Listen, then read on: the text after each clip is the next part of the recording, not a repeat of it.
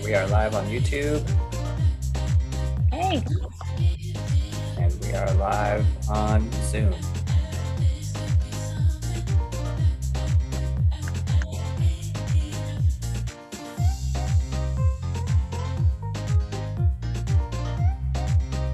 Hello, everybody who is attending with us today. Please go ahead and introduce yourselves in the chat and make sure to send it to all panelists and attendees. We'll get started in just a few minutes here.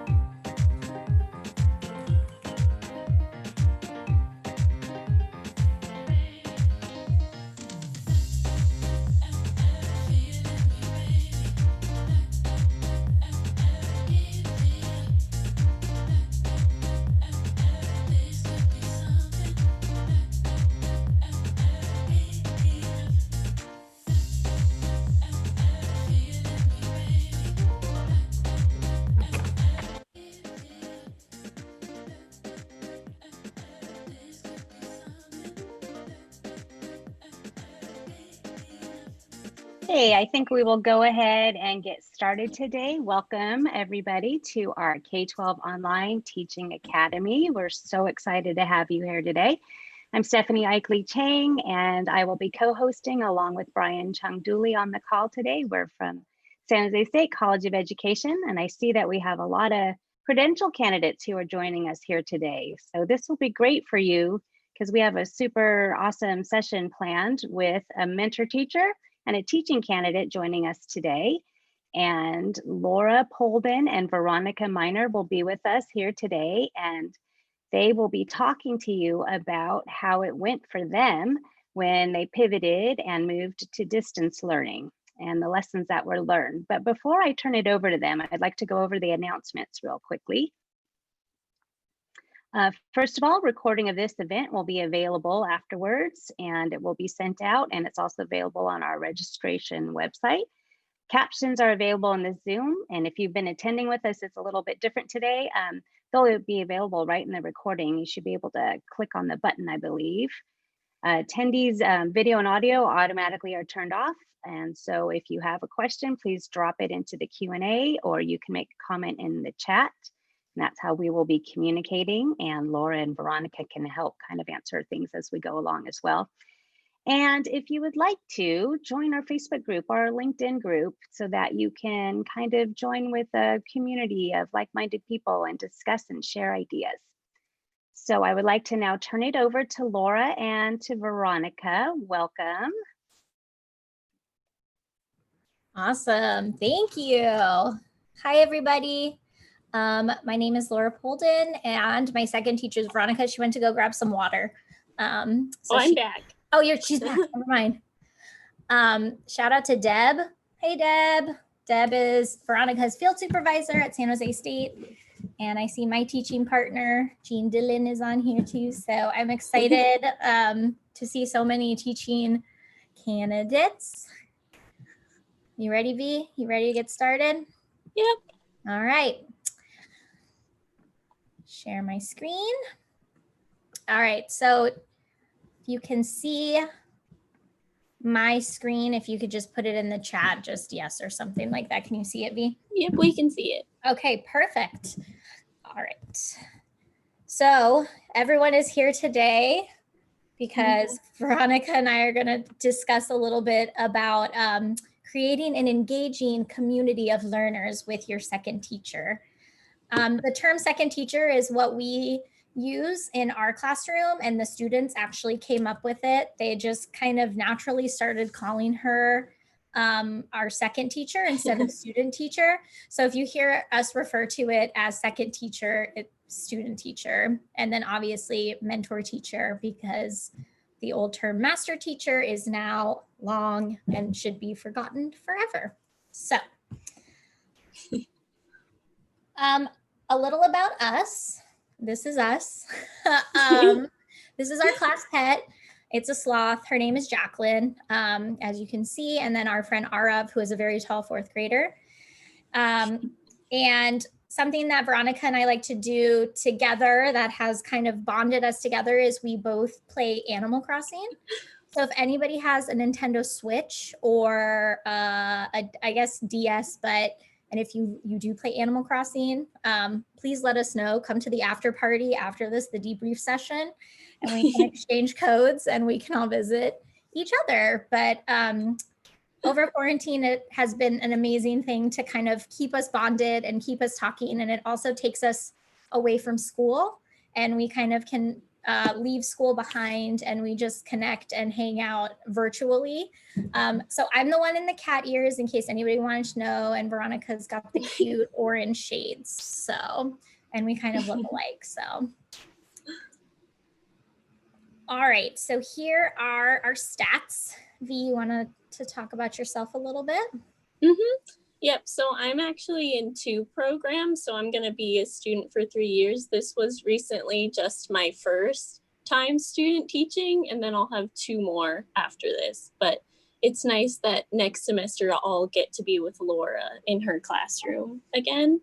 And then I used to be a PE coach for the Milpitas School District, so it kind of just gave me a different mindset going in, I guess, for student teaching and teaching in general. So for those candidates out there, you might not have been put in your placement yet, or you might already have your placement.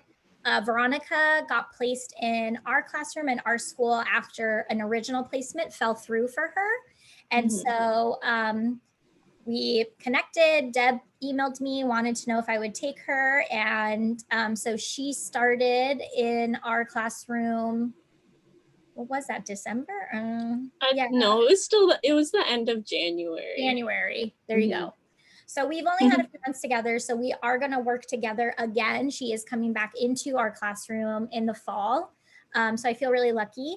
I've been in Milpitas Unified. That's where I did my second teacher placement, and I got hired in that district, and I'll be going into my 8th year.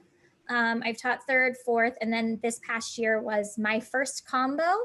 So if anybody has questions about combo life on distance learning, I would be happy to connect with you after this.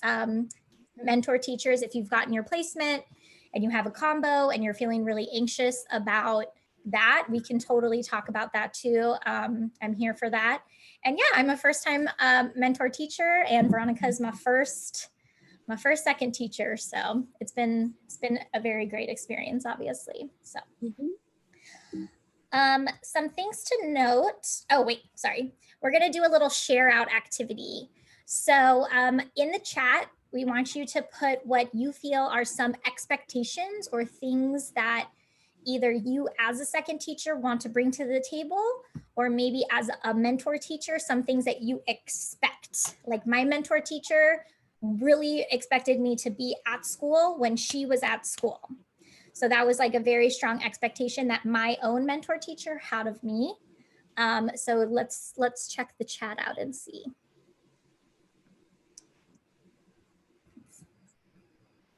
Bring fresh ideas. I like that. Help problem solve. Totally. Assist with small groups. Follow directions, be professional. Get to know students right away. Yes. Professionalism, yes. Tech advice, a can-do attitude,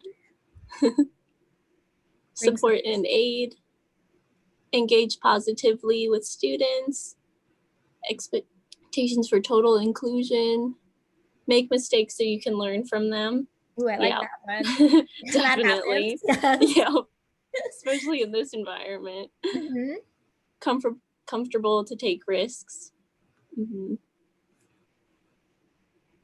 Be at school roughly at 8. Yeah, I got to school at 7:45 in the morning, which I liked. It gave a lot of time because we started at 8:45, so it was nice to have that time in the morning to talk.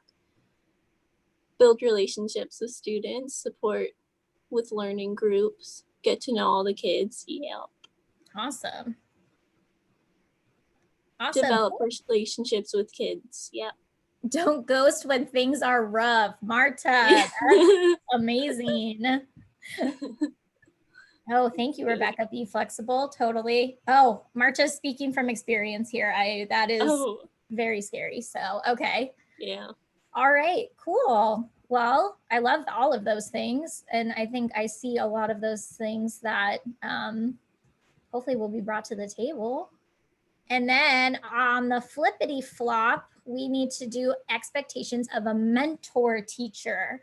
So mentor teachers, look inside yourself. What are some things that you feel that you bring to the table? And second teachers or future second teachers, like, do you expect them to bring you snacks every day? Or like, what do you want from your mentor teacher? Put it in the chat. Hopefully no ghosting situations on this side either. Yes. Communication. Yeah. That is the biggest thing. Yeah.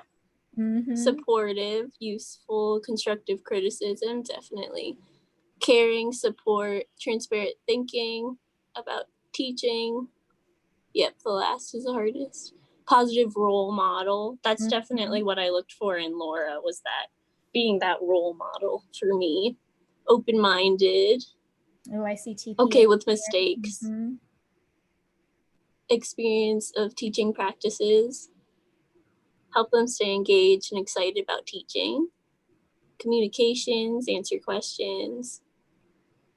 Ability to let classroom go to second teacher. Yeah, that was definitely helpful for moving online too. Yes. Approachability for all questions and concerns. Awesome. Time for debriefs. Mm-hmm. Yeah, the involvement is definitely a big thing. So, yeah, awesome. Well, you guys can keep populating that, or we can always talk about it later. So we're gonna just kind of keep going with our little presentation. Some things to note before we start is Veronica and I have created a culture in our classroom because we knew our students. I do not know your students. You don't even really know your students. So the planning shouldn't really be happening yet. No one is an expert with crisis learning. That's what we like to call distance learning, whatever you want to say, because that's what it is. It's crisis learning. Your practices with your second teacher should be based on your own student population. That's the bread and butter. The relationships that you and your second teacher have with your students is everything. Nothing else really matters except for this as a foundation. So this presentation that we're going to give is just what we did. This does not mean that it is exactly what anybody else should be doing. There is no should. It is all about how you and your mentor teacher feel, or you and your second teacher feel based on your students.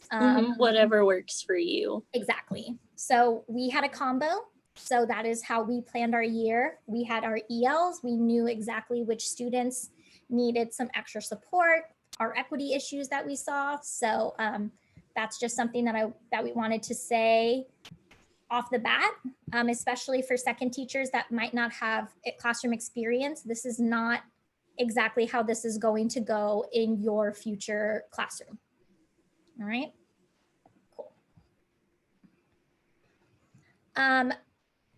So this was our plan in our district, as everybody now remembers Friday the 13th forever and ever and ever, because it was the day that Santa Clara County took us to shelter in place for, now looking back on it, a hilarious 3 weeks, which then turned into 9, which now has turned into who knows. So we went out on Friday. Monday, Tuesday, Wednesday was spent giving out technology, planning, and we were back on distance learning on Thursday. So that is just personally how Milpitas Unified handled it. I know that all districts were different. Some districts took a little bit longer. I don't know if anybody took a shorter amount of time, because I felt like I couldn't even breathe that week. And so here's some nice pictures of what it was like when we were in school, kids sitting on the floor, Veronica teaching, there is livelihood. This is what school is all about. So we all will get back to that place someday, I really hope. So that's just a little background on us, on our district. So our first few weeks, here's a picture of Veronica cheesing real hard. And then there's our friend Kevin, who always brought his panda bear to every lesson, I felt like. So I have an example of this is our first schedule for 4th grade.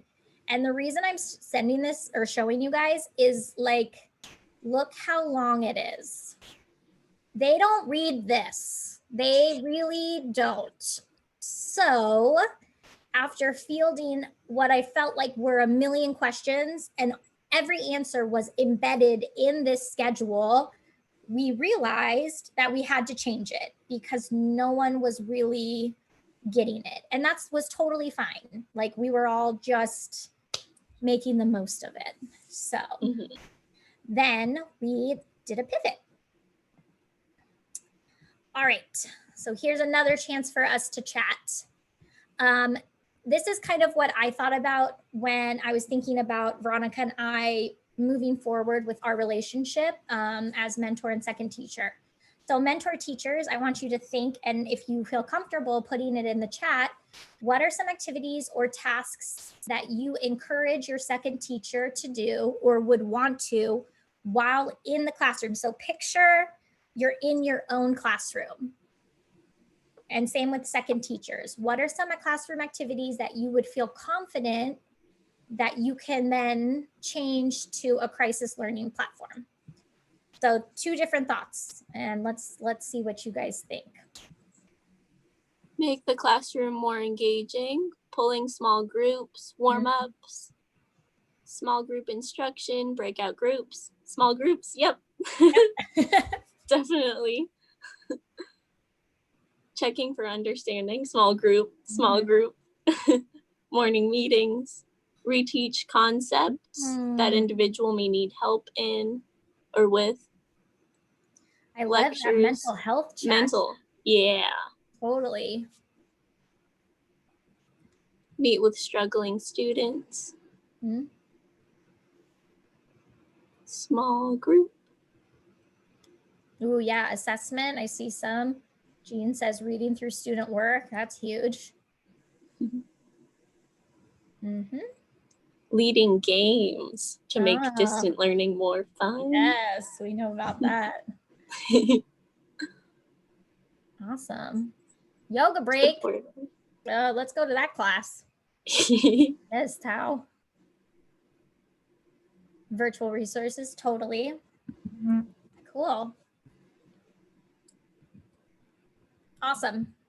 I mean, yes, and yes, and yes. So that's kind of what we did is we thought about the things that Veronica was doing in room 18 before we had to transfer. And then we pivoted to think about how she could still use those strengths and that comfort level, but just in an online platform.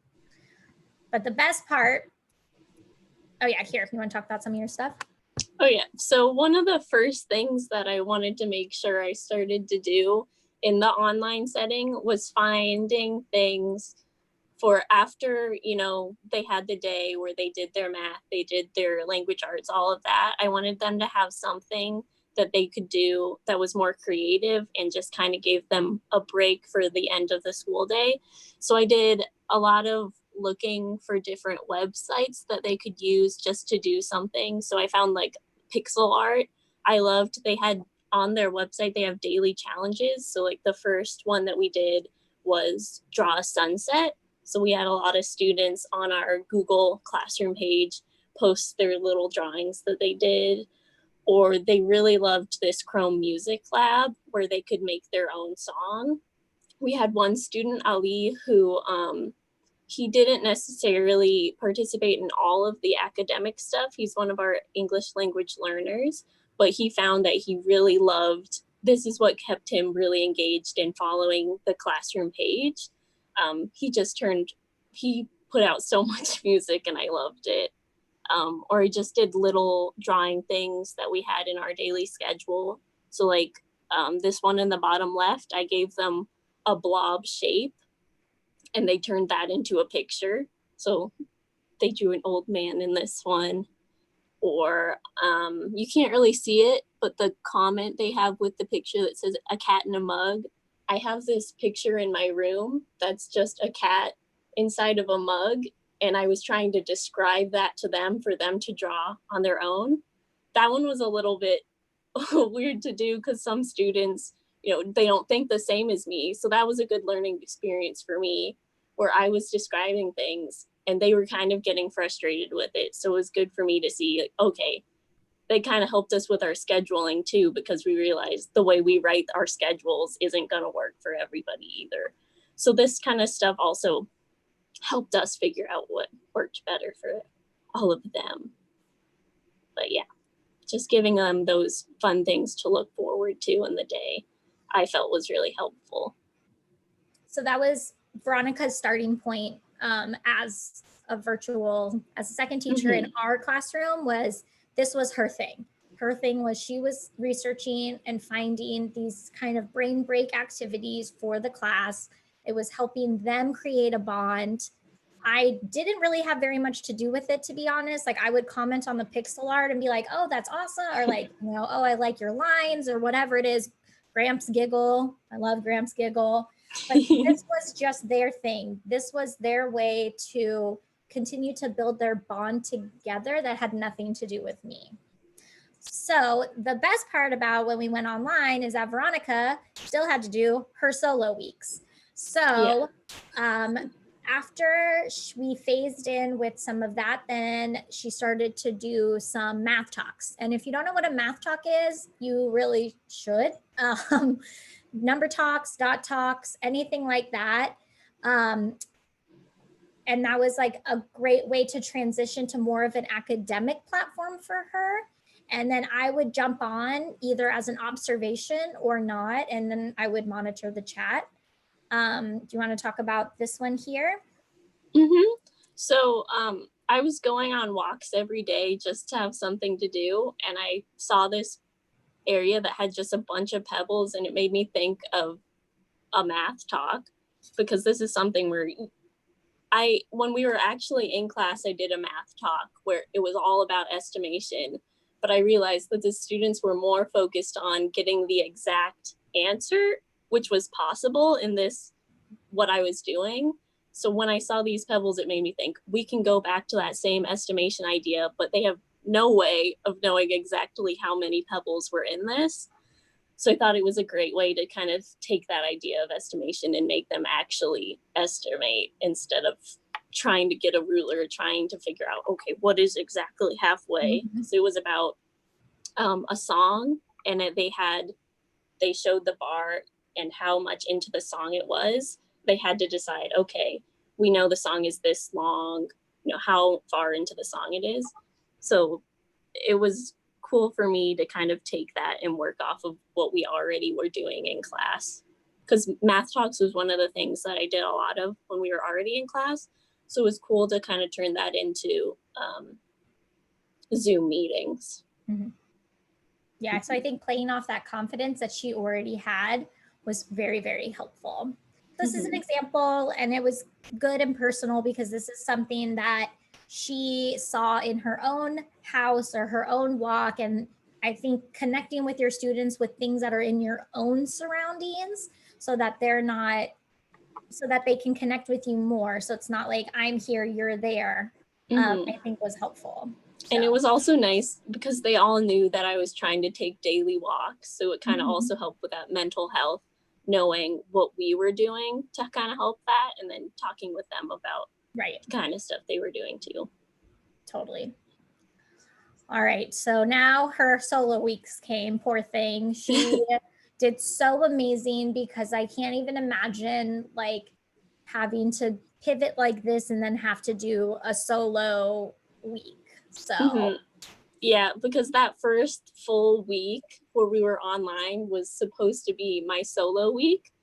And we decided I should still try to do that because I was going to do it anyways. Things change, I got to go with that too. But that first Monday, when I went in to plan for it, I was talking to another teacher, and they were saying that they don't really know, that they weren't really going to do that. solo week with their mentor teacher anymore. So I was like, oh no, like I was really stressed about it. But Laura really helped me realize, you know what, that's okay that they weren't doing that. We're going to do it. I'm going to figure it out. So this isn't the plan that I gave the students, but this is me just kind of putting all of what I thought would work into a document. I sent this to my supervisor as the plan to turn in, and she said, you know, this isn't what would usually be turned in, but we all had to change, you Yes, know, what we Deb. were doing. So it Deb was just my knows. word vomit. Yeah, Deb. Shout out to Deb. But yeah, so I kind of just took the things that I was going to try to work on. I did a lot of math talks, tried to do a math talk almost every day. So that was kind of, and then I used the San Francisco, math stuff that was really good for getting worksheets. Just kind of, because it's so last minute, it was really helpful to use those for the math for the 4th and 5th graders. And then I think at the bottom, I don't know if you can scroll on it, Laura. Yes. But yeah, I kind of had, okay, so this is the math I want to try to do. This is the reading thing. I tried to do read alouds too, because I had my other class, I had my lesson plan that I had, and I just tried to adapt that to this setting. And then at the end, I put what I was going to do with the kids face to face, and then the things that were going to be separate. So like for my read aloud, I was doing Hair Love, which actually worked really well online just because it was the read aloud, but also they had the short film to watch. Mm-hmm. So it was kind of nice that I had the ability to do synchronous and asynchronous work for those lessons. But yeah, this was basically just me word vomiting everything that I thought of. That's what it is. Yeah, that first day. All right. Well, she Yeah. did great. And then in her solo weeks, I realized like, okay, like I didn't teach, I watched, and everybody was great. And the kids learned stuff, and Veronica did great, and I didn't implode. And I had to release that control, which is really, really, really hard. And I think all mentor teachers in here know that we're in this job because we are a certain kind of person. And so letting that go is really hard. But once you realize that like everything's great and you trust your second teacher enough, that it makes for a really enjoyable experience because you get to see your students learning in such a different way, like watching them connect and learn and listen to Hair Love and listening to their questions afterwards that I didn't have anything to do with. It's almost like a parenting role in like a weird way. Like you're just really focused on the learning outcomes and you get to just enjoy it a lot better than the pressure of like you delivering the instruction. Mm-hmm. So, and then I also tried to incorporate things that I wasn't necessarily, teaching with the kids, but that Laura had started. And I tried to incorporate all of that stuff into the week too. But I think it was really helpful to have one of the first weeks that we were teaching be my solo week, because it kind of just, I think it would have been harder maybe if we had started where I, was kind of taking a step back, because that's probably what would have happened if I didn't have the solo week of me just saying, okay, like, what are you going to do? And then kind of growing from there. It was nice to just be really thrown in there and for us to have those conversations together. Do you feel like you had like a good amount of confidence like you had, or did you feel kind of like fish out of water, but like you're going to do it? Or did you feel like pretty confident about it? I think because of the relationship that we already had, yeah, I felt more confident going into it because I knew, you already gave me some things that I was doing on my own. So it made me feel more confident going into my solo week. Right. You already kind of gave me that freedom to do stuff. That was an unplanned conversation. I know it probably seems scripted, but we did not plan that. So Yeah. just so you guys know. All right. So I'm in charge of the yearbook at my school. It is a labor of love. It takes 10 years off my life every day, every year. But I was in a really big pickle, and this is after Veronica's solo week. And I needed her to, she was always there to help in whatever I needed. So I needed time because I needed to finish the yearbook. And with the amount of mental and physical turmoil that you are in during a crisis learning situation, she stepped up, of course. And so after her solo week, she was taking 1 to 2 days of instruction a week. And that was releasing me to do the yearbook. But thinking about it, you can do assessments as the mentor teacher. You can do planning. You can do whatever you need to do to mentally keep yourself right and tight for your students and for your families, whatever. Everybody has different bandwidth when it comes to crisis learning. Personally, I don't have kids of my own. And I know that you teachers who are, and teaching candidates who are working from home as teachers with your students, like, you all deserve like the biggest WWE belt, medal, trophy, like whatever you want, because that is an incredible thing. And I know that that has been very, very hard for you. So if you don't know if you want a second teacher, this is a great thing because you can share that responsibility, and it gives you more time, because that's what we all need, right? So we would do instruction, we would divide and conquer, we would make sure all of our students were seen, heard, listened to, because we had 2 people. It's invaluable. Like, if you use them, it's the best. So these 2 photos highlight our friend Adit, who literally brought a human child or some sort of animal to many group sessions. I know we've all had those students in our class who are, especially kinder teachers out there, like, they're showing everything that they have in their house. So.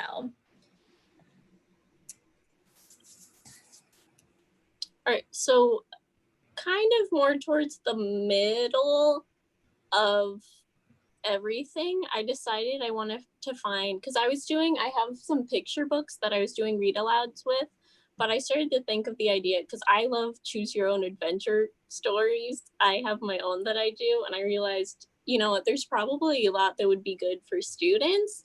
So I found this closed case mystery that I was doing, and I, once a week, towards the end, a few times a week, would read it with them. And it was really nice just to have them, you know, have a say in how a story went. And it just kind of made them more invested into the story. There was a few times that we did not get the case, that we failed the case, got kicked off of it. But we just, you know, I'd say, okay, like, what are we going to do now? They'd like, let's go back. We have to go back. We have to change our answer and see what happens. So it was nice to just kind of see, you know what, we failed in this moment, but we can go back and we can still solve this case. One of the days where it was almost to the end, I happened to be making bread. It was in the oven. I was like, all right, it's great. I'll put this in the oven. I'll come and I'll read for a bit. You know, I mostly read for around 15 to 20 minutes just because otherwise it was too much. I learned the first day that I read too much, but I just wanted them to get to a point where they made a decision. But at the end they said, Miss Minor, that was kind of a lot. So then I, you know, had to make those changes. But on this particular day, I finished the 20 minutes and they said, no, we need to keep reading. Mm-hmm. So I said, okay, I'll read a little bit more because this is, you know, a really exciting part. But then I had to stop. I was like, this bread is gonna burn. I'm sorry. So they understood, but they were upset that I didn't keep going. But yeah, it was just really nice to have that story that we were doing and just to see how it went, you know, saw what they thought was gonna happen.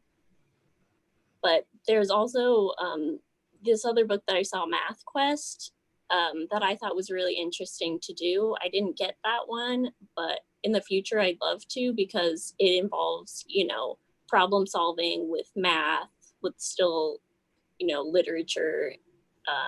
So yeah, I thought something like that was cool.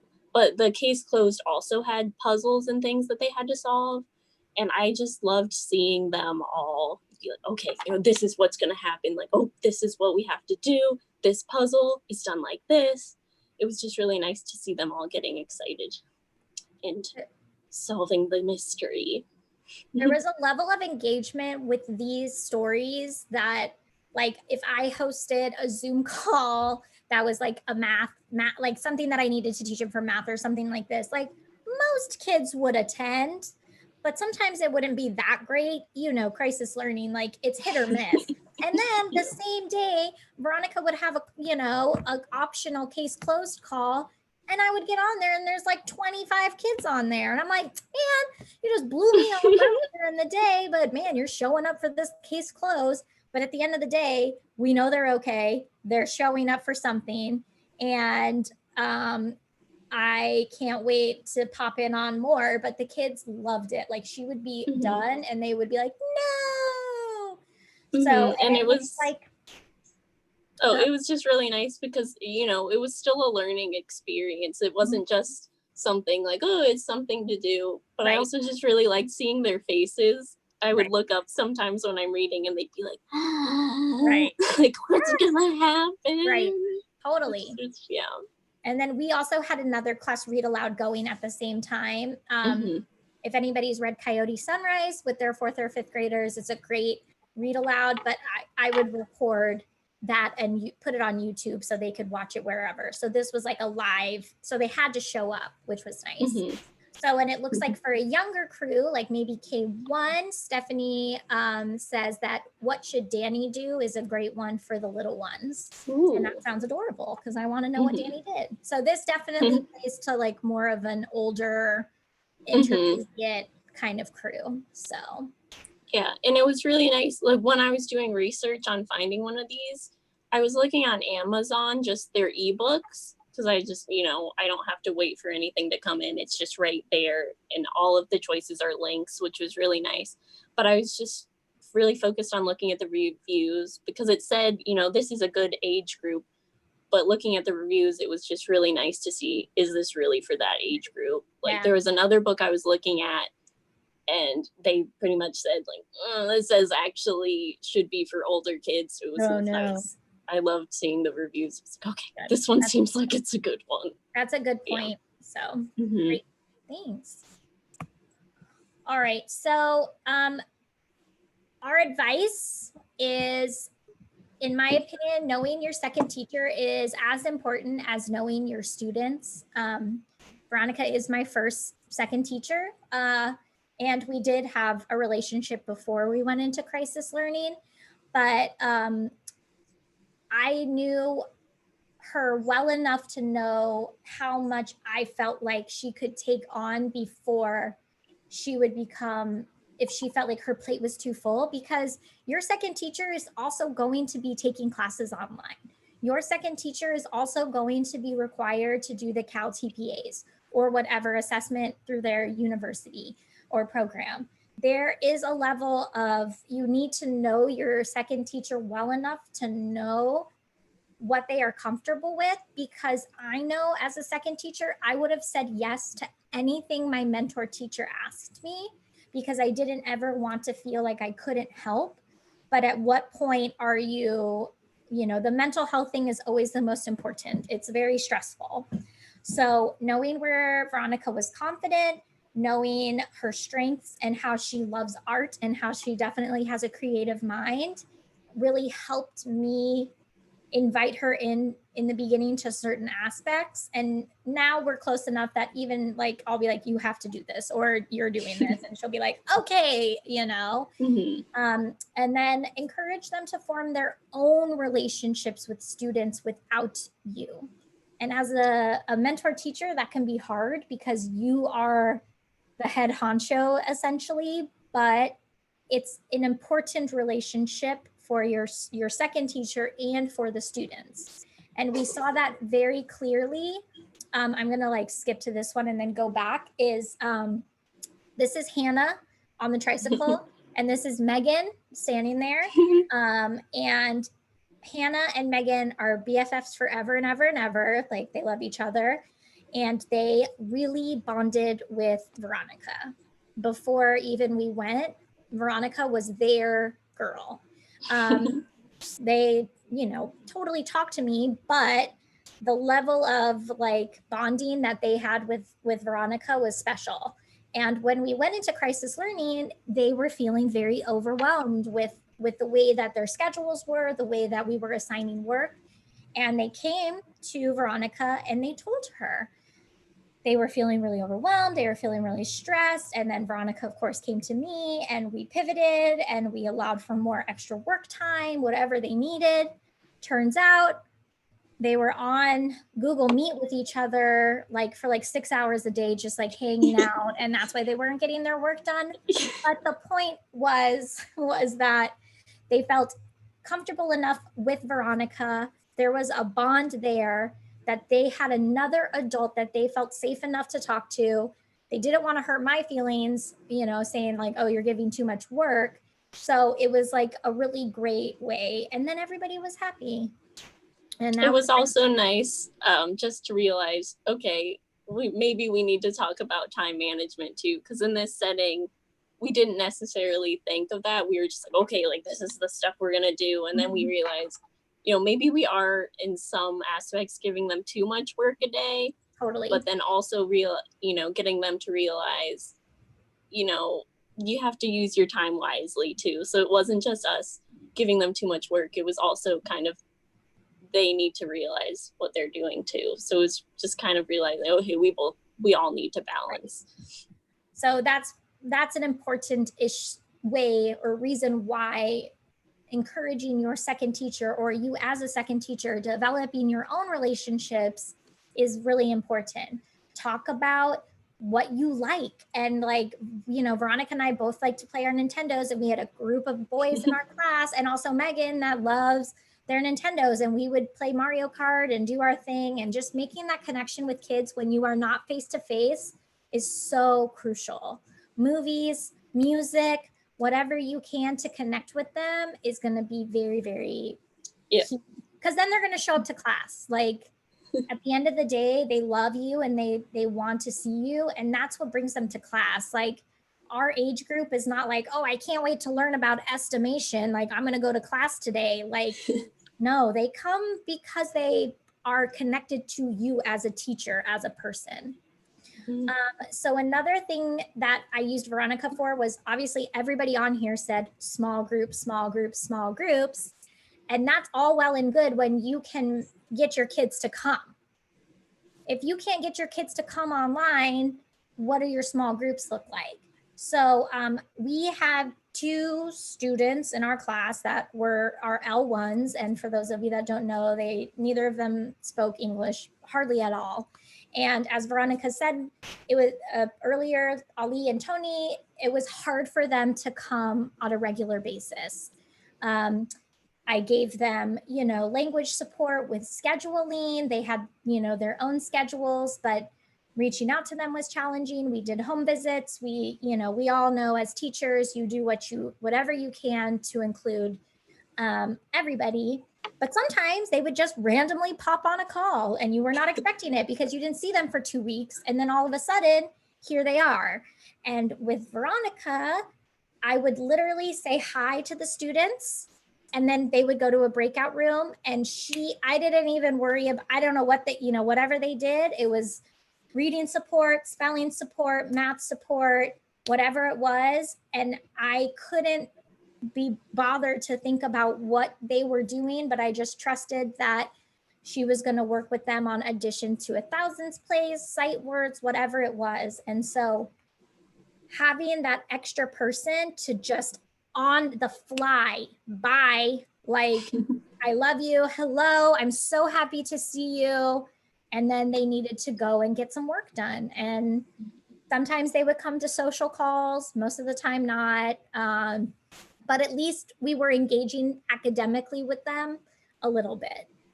So for you mentor teachers out there or second teachers, having them on call like that is really, really incredible. Like, I can't even tell you how many times I was so thankful to have Veronica on there, because it would have just been wasted time because they were, not engaged in what we were doing. So it was also nice. There was one moment where we realized Ali didn't know how to turn things in. So we had one call with just him where we were sharing our screen and helping him see, okay, that we have this assignment for you. This is how you go and you open the document. We gave him all the steps, but Laura had scheduled a call with all of the students, and it kind of went into that. So she was able to say, okay, you got this. You're going to help him figure out how to do this. I'm going to go jump on the other call. So it was nice to kind of have that too. Yes. Mentor teachers, check your pride and just let them do it. Like, at the end of the day, like, your second teacher is learning how to be a teacher by doing things like that.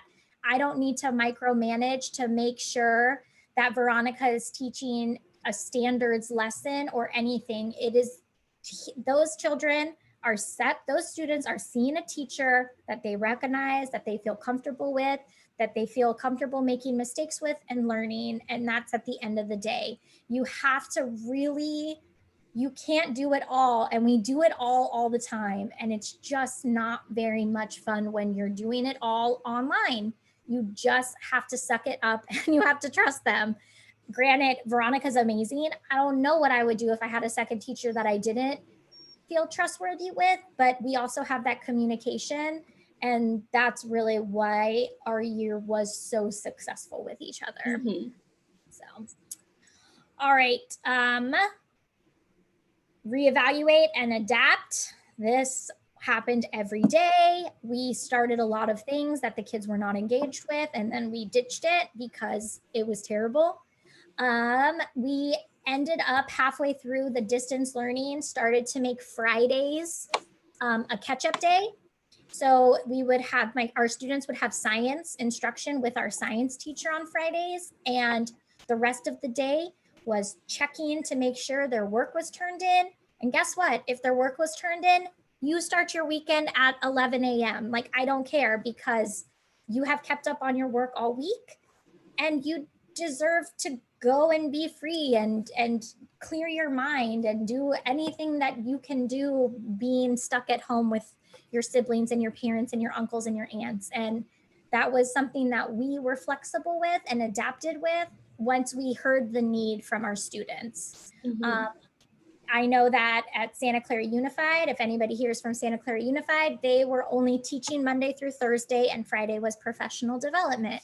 And that is great, because going to school online sucks your will to live. It sucks your will to live for the students and for the teachers. Nobody likes it. So what can you do to, like, mentally help yourself and also your students feel supported, but also not pushed to the brink? These are little kids. Even sixth graders are still little kids, and they need that time. So that's how we pivoted with our practice, and we made Fridays was they had science, they turned in their work. We would sometimes have social calls where we would start a Zoom call and neither of us would really be on there, and they could hang out, do art together, just talk, hang, listen to music.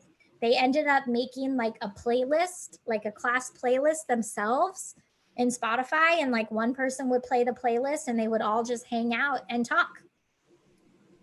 And that was it. That was their Friday. Mm-hmm. And that was really nice too. We had one student in particular who was very vocal about, being like, can we please have a social call, or can we do this? He was really good about sharing his ideas, and it was also nice to be flexible in that way and be like, okay, you guys think that something like this would be cool to do, we'll do it, taking their suggestions into mind too. Yes, totally. So this is my little clip. I've been spending my summer doing a lot of reading, especially moving through with this COVID and equity and race and all of the really incredible and important things that we think about as teachers. This is the book that I got for Veronica, and it's called The New Teacher Book, and it's from Rethinking Schools. And it's really incredible. They also have lots of different resources for just teachers in general on how to stay with a positive mind frame, but also teach with a very equitable and inclusive lens. So that's kind of my plug for Rethinking Schools. But my key to you guys is, if you're reading a book, share with your second teacher, give them the choice, you know, or give them, like, Veronica took my Culturally Responsive Teaching by Zaretta Hammond, and, like, you know, just having that like common language is very hard, but also keeping in mind that they're reading a lot of stuff for class too. So maybe just giving them little tidbits on what you've learned is really important, because we all know that professional development is like a really big part of our job, and shielding them from that does not help for when they're actually in the classroom. So this is kind of my plug for Rethinking Schools. It's like a great little gift to give your second teacher as they leave the nest, and they are ready for their first time in the classroom alone. So you guys all write that down, and everybody should check out Rethinking Schools, because it's an incredible organization that tries to help public schools. So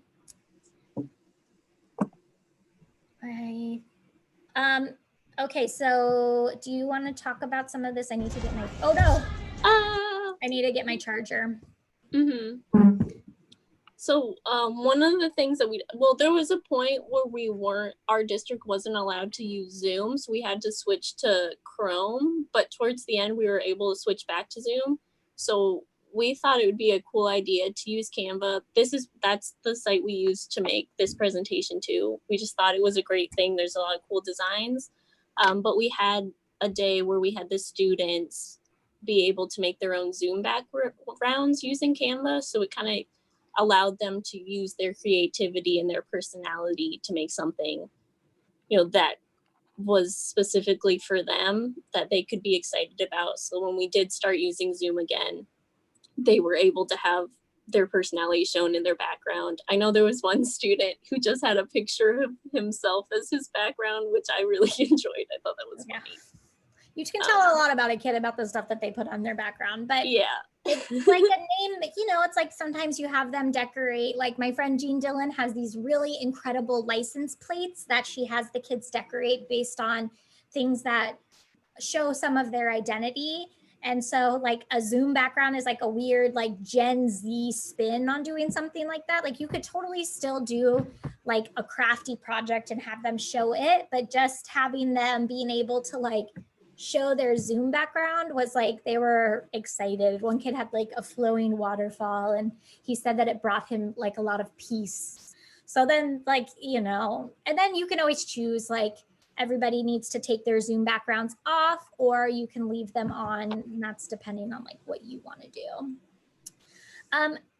So these are like just some other things that you guys can read and look into for just building community those first couple weeks of school, when so much of it is like building on classroom norms. And so this is kind of like ways that you could do that virtually.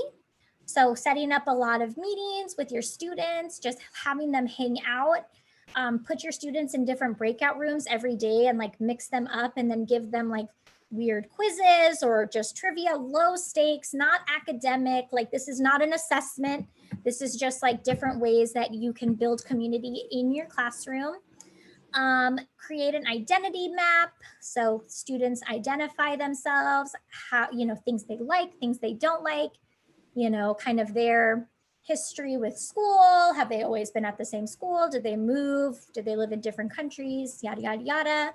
I'm sure everyone on here knows Flipgrid. Flipgrid is a great video platform. It's very safe for students. It's easy to use. So we are going to be having our students create video introductions if they do feel safe and comfortable.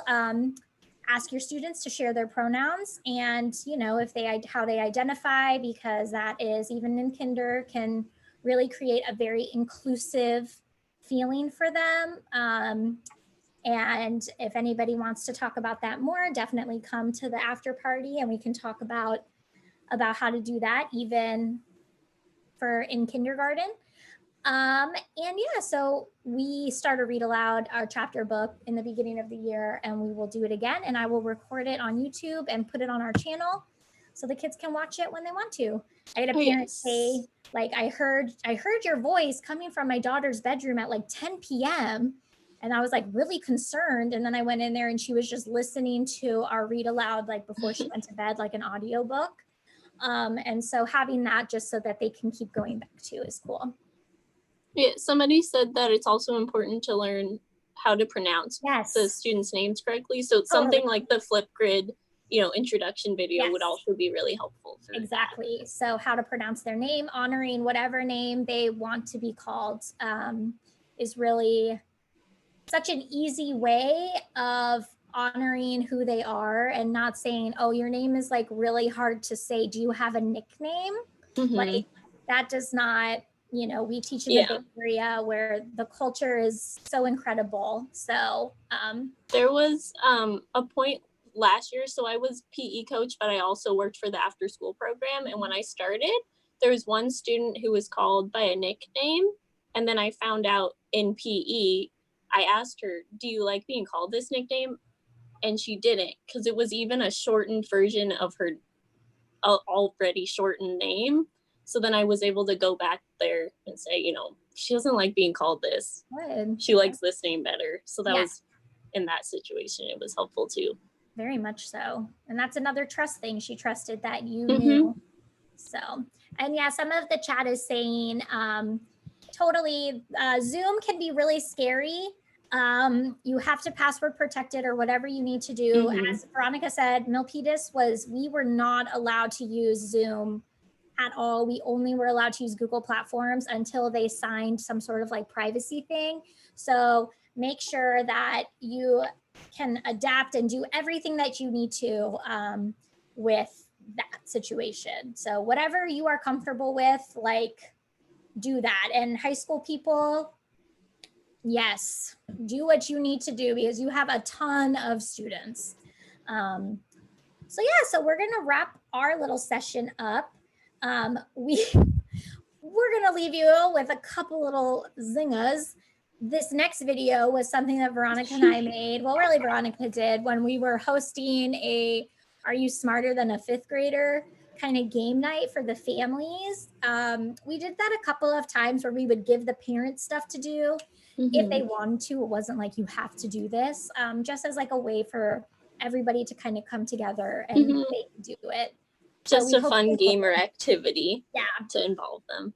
Our students have dubbed this video as very cringy, but in a good way is what they said. Hello, contestants, and welcome to Are You Smarter Than a Fifth Grader? We're your hosts, Miss Polden and Miss Minor.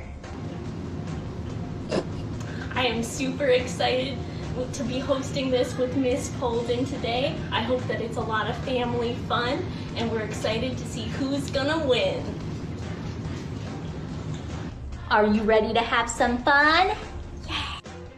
All right, so it took, she edited it, I'll be honest, but like for me, like besides putting on the onesie, which I've been like dying to break out for like a long time, but I had no excuse to, like it took me a minute and 7 seconds or like whatever it took me to. So like as a mentor teacher, if you're thinking like, I don't have time to do that. Like if your like second teacher is tech savvy, like Veronica did all the editing. Like I just recorded it and sent it to her. Yeah. And I loved it. Like since it was something that, I was like, I really, I think we got to do this. Right. I made sure not to put that too much on Laura. So I had her film her part first so that I was the one saying, okay, where do I put this high five or when do I talk? And I kind of told her though a brief like fake script. Yeah. And I told her, like wait this many seconds, kind of brief, so that she had that to follow. And then it was more on me to put it together, which was also, it was fun for me to do because I come from a video background, I actually majored in broadcast media and then switched over to this. So it was kind of fun to go back to that too. Play on their strengths because they've got them. If they can do art and you can't do art, like that's the best. So, all right. So this is the end of our presentation. Here's our class, part of our class on the last day of school. We all had matching sunglasses. There is in the top left corner, this is the homemade Zoom background where he has dubbed himself a god, and I love the confidence. And so we were thinking that second teachers, like if you guys want to keep it going and you guys have questions or you guys want to get together and like have a group of people that you can connect with, like Veronica's kind of in her own little program world, and I know that a lot of you are. It's like you're not in a cohort. So come to the debrief, and this is my email, lpolden@musd, and that's Veronica V Minor. And email anytime. I mean, even like, I don't even know, but if you need anything or want to know more or whatever, like we are totally here for you. So thank you guys. It's awesome. I'll just quickly add that it was really nice that my school district was able to give me that email. That was really helpful for, being in Google Classroom and stuff. Totally. Great. Thank you so much to both of you. This was so great just to get ideas, see how you guys worked it out, talk about communication and trust and how you really worked that out in the beginning and you were able to transition nicely. So anyhow, I would like to wrap this portion of our webinar up. Remember, the recording is available for you. But if you would like to join us in the debrief session coming up right after, Brian dropped the link in the chat and you were also emailed that link as well. You can come and talk a little bit more informally to Laura and Veronica. If you are a teaching candidate, a mentor teacher, thinking about becoming a mentor teacher, this will be a great space for you to come chat for a bit with us afterwards. So we're going to go ahead and wrap this up, and then we'll see some of you over in the debrief session. Awesome. Thank you. Thank you guys. Thank you.